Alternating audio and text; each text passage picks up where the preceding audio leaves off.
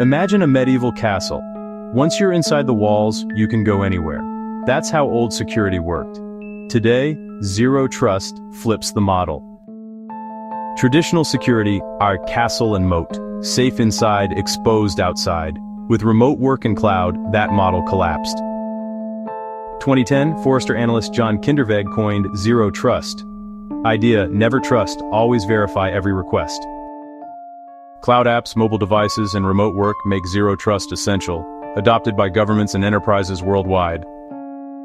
It's like airport security, every passenger gets checked, even employees. Expect AI-driven identity checks, continuous authentication. Zero trust became the new normal, because in today's world, trust is the biggest vulnerability.